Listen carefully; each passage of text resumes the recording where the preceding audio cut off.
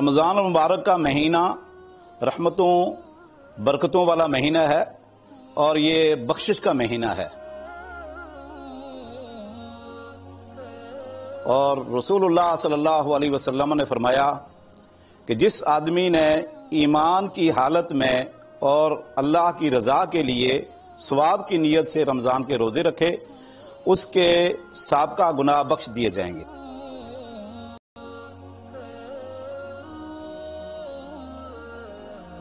میں ہوں آپ کے ساتھ